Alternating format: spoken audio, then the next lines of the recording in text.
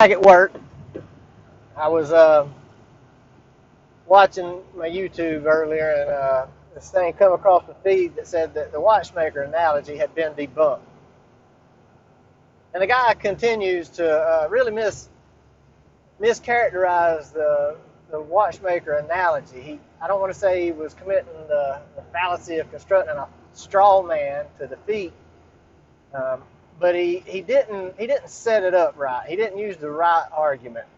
And if you're not going to use the right argument, then it's going to be a lot easier to tear it apart. What he said was that the argument, the analogy is this: that a man walks across the field and he finds a watch, and he looks at the watch, and because of the complexity of the watch, he rightly concludes that there must be a watchmaker. But then he goes on to say that the analogy is a false analogy to take that complexity of the watch and superimpose that same principle onto the universe, because the universe, whereas it is complex, it doesn't have to have a creator, because complexity, just because the watch and the universe share a common feature, and that is complexity, that the universe is not a proper analogy to the watch. And look, nobody says that the watchmaker analogy is that because of complexity. If you read Haley's argument, if you read his analogy, he uses the word design. He says, because it looks and appears to be designed, and because you notice the hallmarks of design that are in the watch, you should and will conclude that the watch has a maker, has a designer.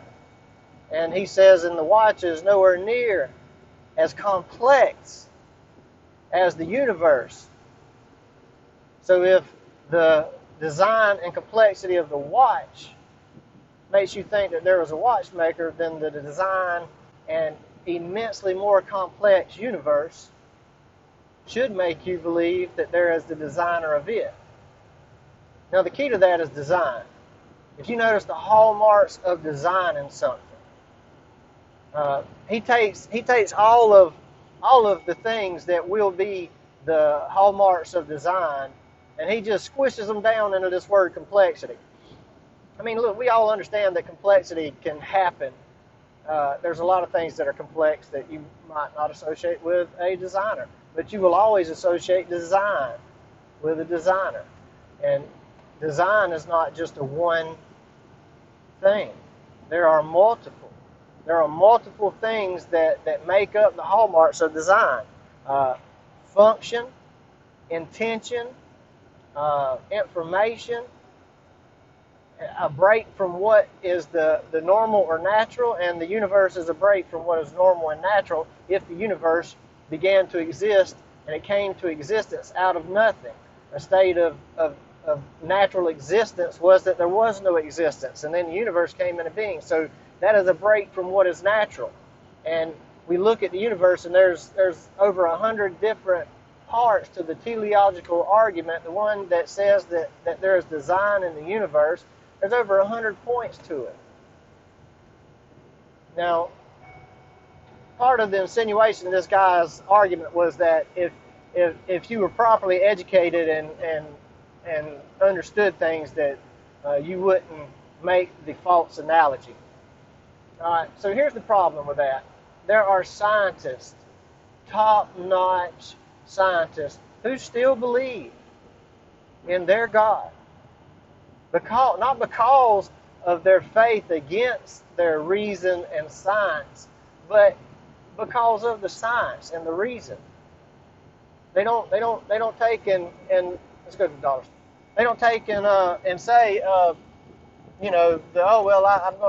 can't just include my findings into my faith, so I'm going to put up a dividing wall in between the data and the information that come from the sciences and just separate it off of my faith. No, the science bolsters their faith.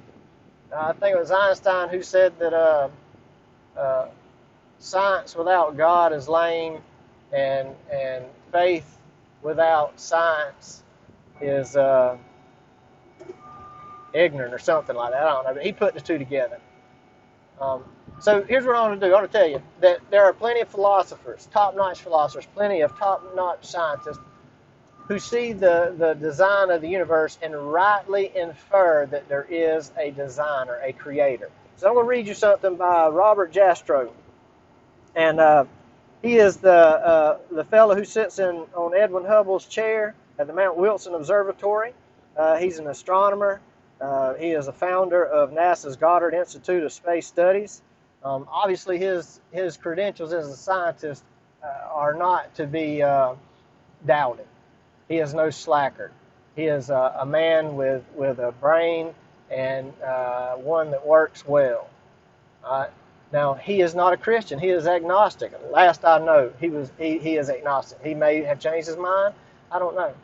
But he's not arguing for the Christian God here. He's just pointing out some facts. And what he says about the universe, as an astronomer, he says, now we see how the astronomical evidence leads to a biblical view of the origin of the world. The details differ, but the essential elements in the astronomical and biblical accounts of Genesis are the same. The chain of events leading to man commence suddenly and sharply at a definite moment in time in a flash of light and energy. They line up.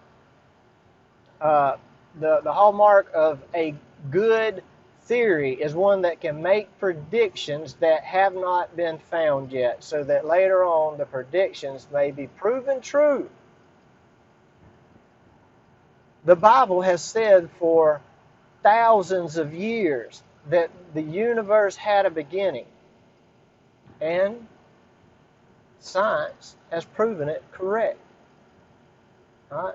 So that's not a false analogy. That is a good analogy.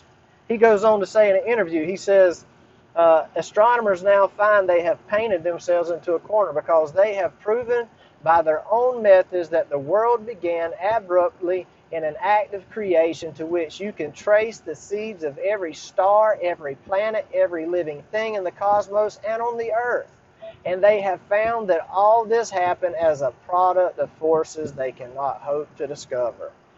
That there are what I or anyone would call supernatural forces at work is now, I think, scientifically proven fact.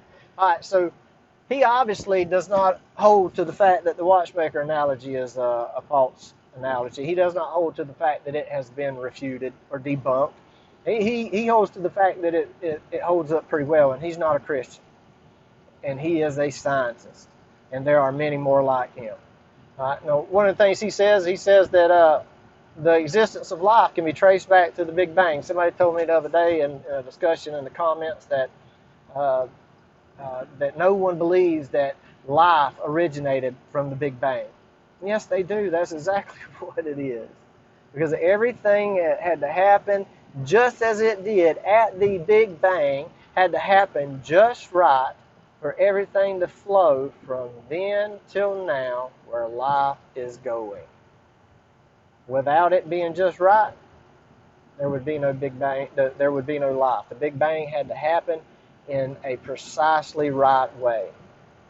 Now, the other thing he says is that there are supernatural forces at work is undeniable. I had somebody tell me that I was mischaracterizing things by saying that the Big Bang was a supernatural event. Look, if the beginning was the beginning of space-time, matter, energy, all of that come into existence in the moment of the Big Bang, what was before that? Nothing. Well, you know, nobody believes that it's actually nothing. Well, yeah, that's kind of a misleading thing. They'll say it was nothing, but then they will turn around and use in that nothing a quantum field. Well, in order to have a quantum field, you have to have space in which to have it, and that quantum field is energy. So that's space and energy. You've already got them. Therefore, space, time, matter, and energy, their explanation for how everything come into existence is to say that it already existed and then created itself. That's not right. That's a fallacy. That's a logical fallacy. And you could use all the sophisticated speech and go and argue and say whatever you want to, but that's the truth of the matter, that they say that the universe already existed before it existed. So where did the quantum field come from? Where did the energy and the space that already existed come from? The Word of God says that it came into existence because God said so. And then science has since discovered that that is actually true. And now it's being explained away. That's all that's happening. They're trying to find a way to explain away and get out of that corner they have painted themselves into. Now, if there was nothing, and even if it was just a quantum field full of fluctuations, how long did that exist before the universe came into existence? Why didn't it happen sooner? Why did it wait till the moment it happened? Why? What caused things to change?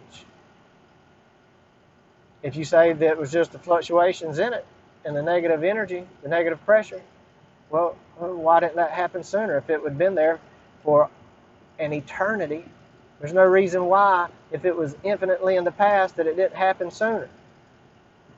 It should have.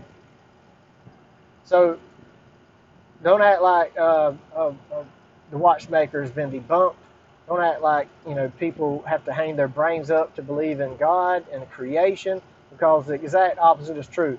People want the people who are atheists and atheistic scientists, those who are naturalistic and trying to explain the universe strictly from a naturalistic point of view. They have to ask you to hang your brain up at the door.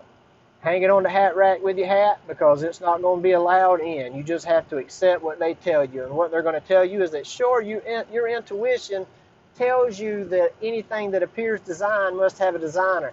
The old adage is, if it walks like a duck, talks like a duck, quacks like a duck, it must be a duck. Yes, that is true. That, if evolution is true, then you evolved to have a sense of intuition that tells you when something is BS, when it's not right, when it's a lie, when deception is going on. And that happens because you have to allow your intuition to be violated.